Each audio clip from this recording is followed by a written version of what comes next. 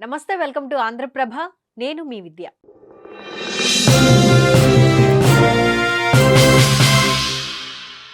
Iran పై అగ్రరాజ్యం attacks ఖండించిన ప్రపంచ దేశాలు. ఇరాన్ అధ్యక్షుడికి భారత్ ప్రధాని ఫోన్. తక్షణ శాంతికి పిలుపు. ఇరాన్ పై అమెరికా దాడులు చేయడం యావత్ ప్రపంచ వ్యాప్తంగా చర్చనీయాంశంగా మారింది. ఓ దేశంపైకి ఈ విధంగా అటాక్స్ చేయడాన్ని రష్యా సహా పలు దేశాలు తప్పుపడుతూ ఉండగా మరికొన్ని దేశాలు సమర్థిస్తున్నాయి. ప్రస్తుత పరిస్థితులు చూస్తుంటే మూడో ప్రపంచ యుద్ధం మొదలు కాబోతోందా అన్న సిచ్యువేషన్ కనిపిస్తోంది. ఇజ్రాయిల్ ఇరాన్ యుద్ధంలోకి అమెరికా అడుగుపెట్టింది. ఇరాన్లోని అణు కేంద్రాలే టార్గెట్ గా దాడులకు పాల్పడింది. ఈ దాడుల్లో అమెరికా స్టెల్త్ బాంబర్లు, బంకర్ బాస్టర్ బాంబులను ప్రయోగించింది. దీంతో మధ్య ప్రాచుర్యంలో తీవ్ర ఉద్రిక్తతలు నెలకొన్నాయి. అగ్రరాజ్యం అటాక్స్ తో ప్రపంచం రెండు వర్గాలుగా విడిపోయినట్లుగా అనిపిస్తోంది. దీంతో మూడో ప్రపంచ యుద్ధం మొదలవుతోందన్న భావన కలుగుతోంది. అయితే ఇరాన్ అణ్వాయుధ దేశంగా మారకూడదన్న నేపథ్యంలోనే దాడులు చేసినట్లు అమెరికా చెబుతోంది.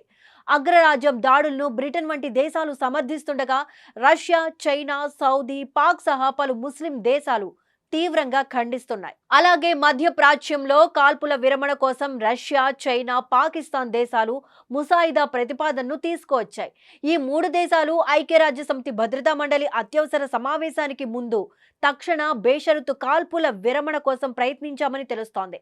ఇదిలా ఉండగా భారత ప్రధానమంత్రి నరేంద్ర మోదీ కూడా స్పందించారు. అమెరికా దాడుల తర్వాత ఇరాన్ అధ్యక్షుడు మసౌద్ పెజిష్కియాన్తో ఫోన్లో మాట్లాడారు. ప్రస్తుత పరిస్థితులపై చర్చించిన ఆయన సైనిక వివాదంపై తీవ్ర ఆందోళన వ్యక్తం చేశారు. ఈ క్రమంలోనే ఉద్రిక్తతలను వెంటనే తగ్గించడానికి రెండు దేశాలు ముందుకు రావాలని, చర్చల ద్వారా సమస్యను పరిష్కరించుకోవాలని సూచించారు. ప్రాంతీయ శాంతి, భద్రత మరియు స్థిరత్వాన్ని త్వరగా పునరుద్ధరించాలంటే చర్చలు, దౌత్య మార్గాన్ని అనుసరించాలని సూచించారు మోదీ. ఇరాన్ అధ్యక్షుడు మసౌద్తో మాట్లాడిన విషయాన్ని మోదీ తన ఎక్స్ వేదికగా తెలిపారు. అయితే అమెరికా దాడులను ఇరాన్ తీవ్రంగా ఖండించింది. అణు స్థావరాలపై దాడులు చేయటాన్ని తప్పుపట్టింది. ఐక్యరాజ్యసమితి ప్రకటన, అంతర్జాతీయ చట్టంతో పాటు అణ్వాస్త్ర వ్యాప్తి నిరోధక ఒప్పందాన్ని ఉల్లంఘించడమేనని పేర్కొంది ఇరాన్. ఈ క్రమంలోనే ఐక్యరాజ్యసమితి భద్రతా మండలి అత్యవసర సమావేశాన్ని ఏర్పాటు చేయాలని, అమెరికా చర్యను ఖండించాలని డిమాండ్ చేసింది.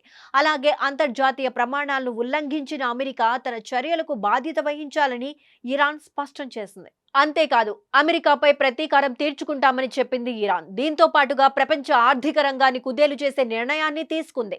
ప్రపంచ దేశాలకు ఎంతో కీలకమైన హర్ముజ్ జలసంధిని మూసివేయడానికి ఇరాన్ పార్లమెంట్ ఆమోదం తెలిపింది.